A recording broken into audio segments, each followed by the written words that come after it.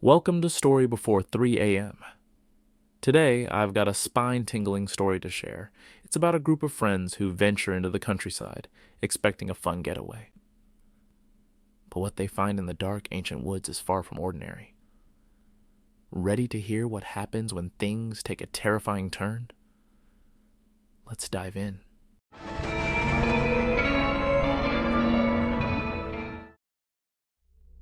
The tale I'm about to recount is one that haunts me to this very day.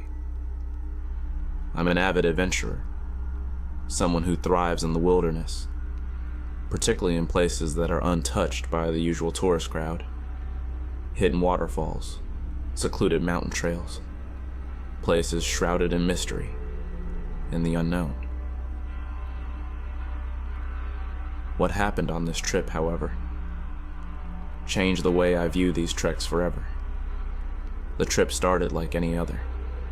Our destination was a waterfall deep within the province of K, far from the comforts of civilization. I met up with my friends in town: Ethan, Mia, Ryan, Lucas, and Emma. We drove to a small village at the base of the mountains, where we planned to leave our vehicles and head into the forest on foot. We sought out the village chief, hoping he could help us find a guide familiar with the area. When I asked him about it, his response was peculiar. "Are you sure you want to go there?" he asked, his tone laced with something that made me uneasy. But I brushed it off. We had come all this way, and turning back now wasn't an option. He eventually directed us to a local hunter, who reluctantly agreed to guide us part of the way. "Do you have any alcohol with you?" was the first thing he asked. When we confirmed that we did, he refused to go any further than the entrance of the trail. His reluctance only made us more determined, and we convinced him to sketch out a rough map for us. By the time we reached the trailhead, it was already mid-morning. The forest was dense, the canopy so thick that it blocked out most of the sunlight, creating an eerie twilight even in the middle of the day.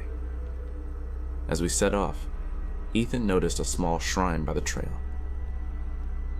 "Should we make an offering?" he suggested. But Lucas, ever the pragmatist, dismissed the idea. "No time for that. We need to get to the waterfall before dark." The deeper we ventured, the more the atmosphere changed. The air was thick and damp, and the silence was suffocating. By late afternoon, we finally reached the waterfall. It was breathtaking, an oasis of beauty in the heart of the jungle. We decided to set up camp nearby, right beside the falls. The girls busied themselves taking photos and preparing our campsite, while the rest of us cracked open beers and strummed a guitar, letting the sound of the rushing water lull us into a false sense of security. As night fell, we gathered around a campfire, sharing stories and laughing, trying to ignore the growing sense of unease that had settled over us since we arrived. At around 8 p.m., Mia got up to go to the bathroom, taking Ryan with her. They were gone for what seemed like forever, and when they returned, something was off.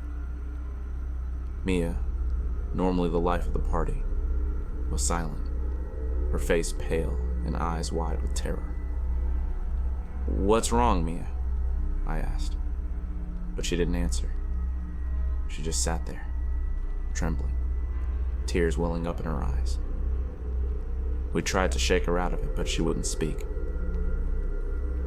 Finally, I put a protective amulet around her neck, hoping it would bring her some comfort.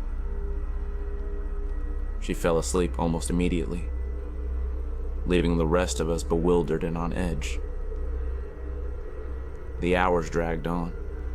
Around 11 p.m., as we were preparing to sleep, Lucas noticed a woman emerging from the shadows of the forest, cradling a child in her arms.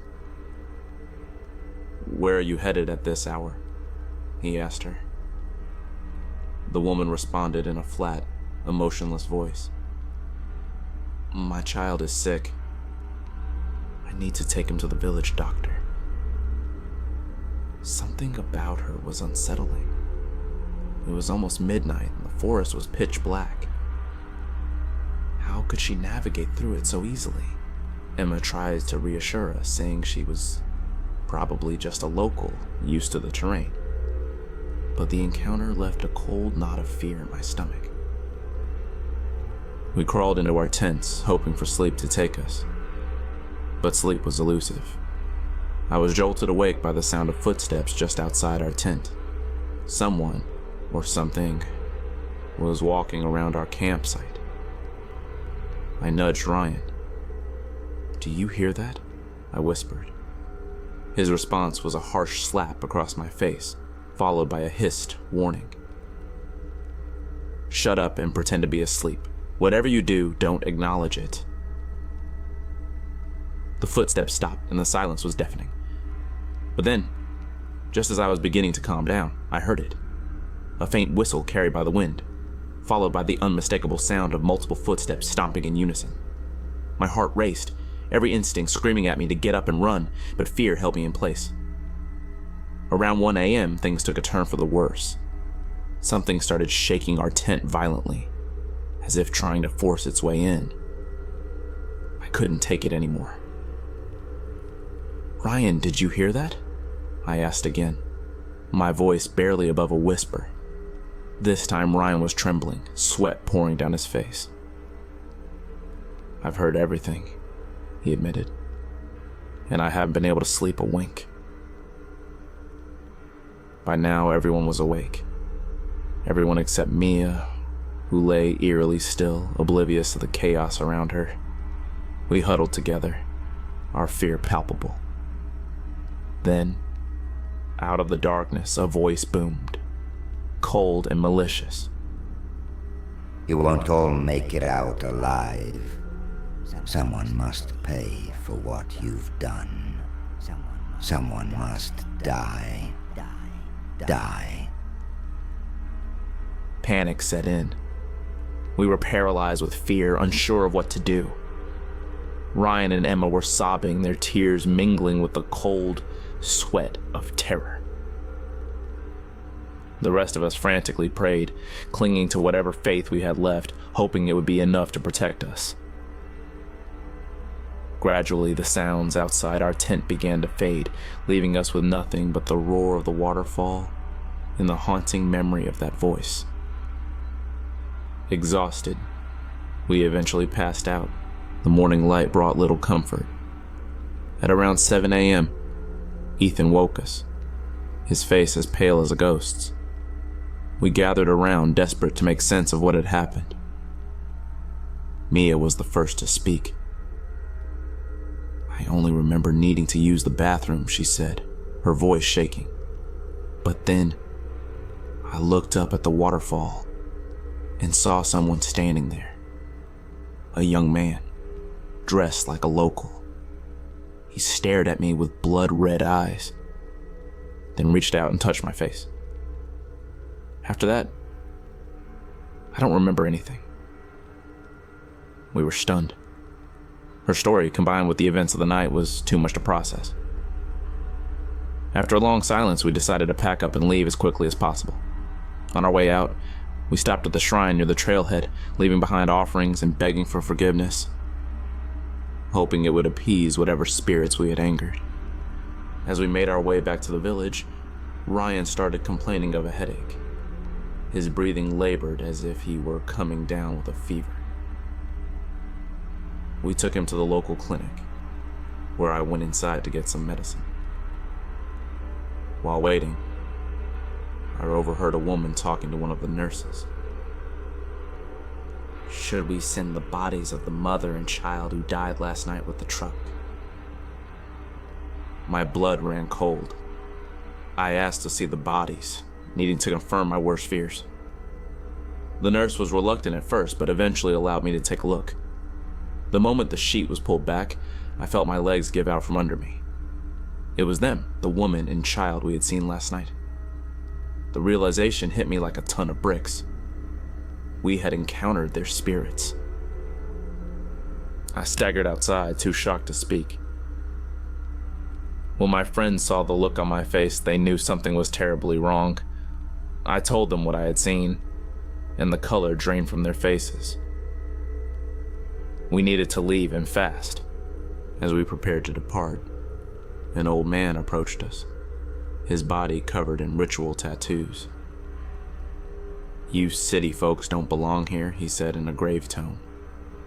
He invited us to his home, where he explained that the area we had ventured into was known as Gathering Place of Spirits. The village that once stood there had been wiped out by lead poisoning in the water, leaving it cursed and abandoned.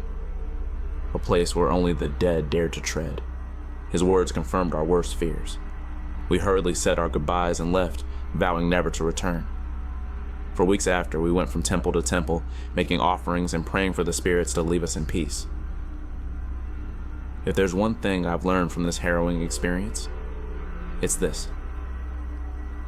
When you venture into the unknown, respect the spirits that dwell there. Bring offerings, pay your respects at shrines, and never take anything for granted. There are forces out there beyond our understanding, and it's best to tread lightly when you encounter them.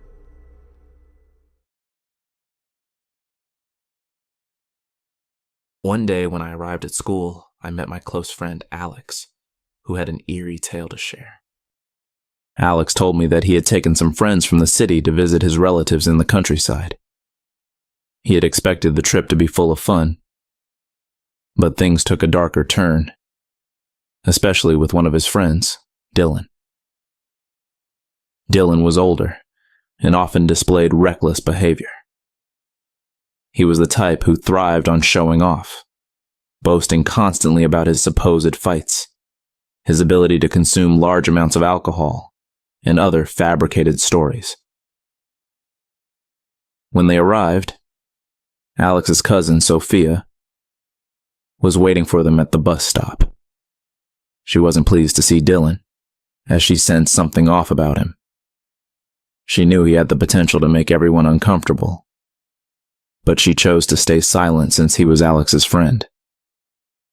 Alex and Sophia took the group to a river, surrounded by towering trees perfect for climbing, sandy cliffs, caves, and lush green forests. But Dylan mocked everything they did, making snide comments about the place, questioning whether it was the best they had to offer. Is this really it? Nothing better around here? Alex wanted to tell Dylan off, but knew it would be futile. Dylan was stubborn and rarely listened to reason. In contrast, Benjamin, another friend, was a nature lover, fascinated by the wildlife, and he quickly bonded with Sophia. As they ventured deeper into the woods, Sophia shared that this forest was once a sprawling wilderness, stretching from the Midlands to Yorkshire. Although much of it had been cleared, it still teemed with wildlife, wolves, deer, and even bears, which excited them. But Dylan interrupted with a sneer. "Bears in England? Are you serious? You guys are idiots." And when Sophia spoke of the forest's former glory, Dylan dismissed it as nonsense, saying the trees should be chopped down to make way for something useful, like a drinking spot. Sophia ignored him and asked Benjamin if he wanted to see a bird's nest, to which he eagerly agreed. The group continued walking, with Dylan trailing behind, purposely making loud noises to scare away the animals they encountered. Alex, leading the way, glanced back to see Dylan breaking branches for no reason. "Stop that," Alex warned. "Or what?" Dylan shot back. Alex knew that reasoning with Dylan was like talking to a wall. Alex tried to explain that trees were living beings just like them, but Dylan only mocked him, saying, "If I want to break it, I will. Nothing's gonna stop me." Seeing that his words had no impact, Alex chose to ignore him and walked on. As they ventured deeper into the woods, they reached a spot where birds were flying around frantically. their calls echoing through the trees. But soon, the noise ceased, leaving an unsettling silence. Sophia mentioned that the bird's behavior was a warning, signaling something was wrong. "It was always like this," Benjamin added. "Isn't it grand?" Sophia asked. There was nothing to suggest they were in the 21st century except for their clothes. Everything around them was eerily still, and they felt as if something was watching them from the shadows of the forest. But instead of spotting wildlife, Dylan suddenly appeared from behind a bush, ridiculing them. If a bear were to appear, he boasted that he wouldn't be afraid. "You're the idiot," Alex retorted. Dylan immediately challenged him. "If it shows up, I'll take it down. Think you could handle it?" His words were dripping with mockery, causing the tension to rise. "Shut up," Sophia snapped. The argument ceased, and Sophia led them toward the bird's nest. They spotted the nest from a distance, seeing the ugly, gaping mouths of the chicks waiting for their mother to return with food. Benjamin warned them not to get too close, as the parents might abandon the nest if they felt threatened. Sophia agreed, and as they turned away, they noticed a squirrel. But their attention was quickly drawn back to the nest when they saw Dylan standing under the tree, holding one of the chicks. He throwed it on the ground outside the nest, smiling with twisted pride. Everyone stood frozen in shock. Why had he done that? What possessed him to commit such an act? His behavior left them all feeling uneasy and drained. "You'll regret this," Sophia said ominously. "Who's gonna make me?" Dylan challenged. "You gonna get your dad to tell me off? If he does, I'll fight back," he said, raising his arms as if to box. He thought he held power over the others. "Let's get out of here," Sophia said, and they all started walking again. Dylan followed, shouting and making noise to frighten them. Sometimes he called out to the others, but they never responded. His voice, echoing among the trees, only added to the eerie atmosphere. It wasn't that they feared Dylan. It was that no one had ever made such unsettling sounds in these woods before. His echoes felt unnatural, as if they didn't belong here, and it seemed like something was moving closer to them. As they ventured deeper into the forest, the path grew narrower, slick with mud. Tension etched itself into their faces. Eventually, they reached a small stream with dark, murky water, and beside it stood a large tree. Hanging from the branches were strange objects: an old bow, arrows, and a horn made of animal bone. The horn looked like something out of a movie, and the arrows were housed in a leather quiver. If you sniffed it, you might catch the scent of old leather and wood. The arrows protruded from the quiver, longer than any of them, except Dylan. They all stopped to examine the scene. The water in the stream flowed slowly. The gentle sound of it striking the stones seemed to come from every direction, as though it surrounded them. But none of them realized that death was silently creeping up on them. They didn't dare speak, didn't dare make a sound, fearing they might disturb whatever was lurking around them. It felt as if they had become intruders in this place. What were they really searching for in this forest? Not these objects or the dread that was slowly overtaking them? Who had placed these things here, in such a remote and eerie location? Dylan caught up to them and said, "Who wants to play Robin Hood?" He then blew the horn they had found, shouting, "Come here, come on! Let's see who's got the guts to face the green-tided hero." His voice carried far, echoing back in a strange, muted way. Sophia told him to stop and be quiet, but Dylan ignored her, snatching the horn from the tree and trying to blow it again. He didn't know how to do it properly, so he kept trying until it produced a bizarre, unsettling sound.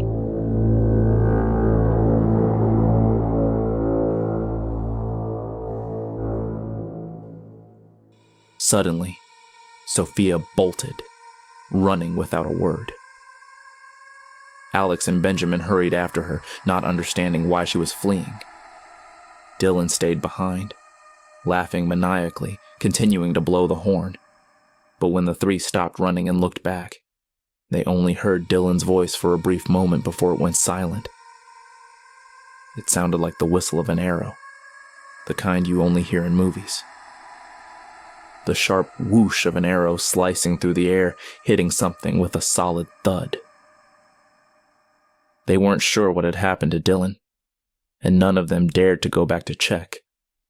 When they returned to Sophia's house, they told her mother that Dylan had disappeared but said nothing about the horn, the bow, the arrows, or the strange sounds they had heard.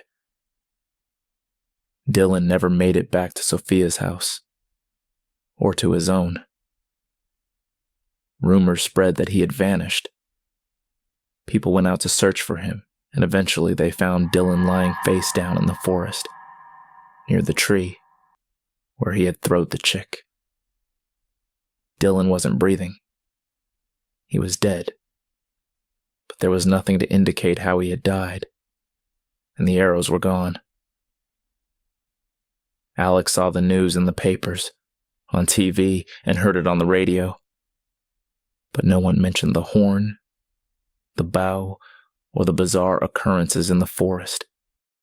If you enjoy our content, don't forget to hit the subscribe button and ring the bell icon so you never miss an update.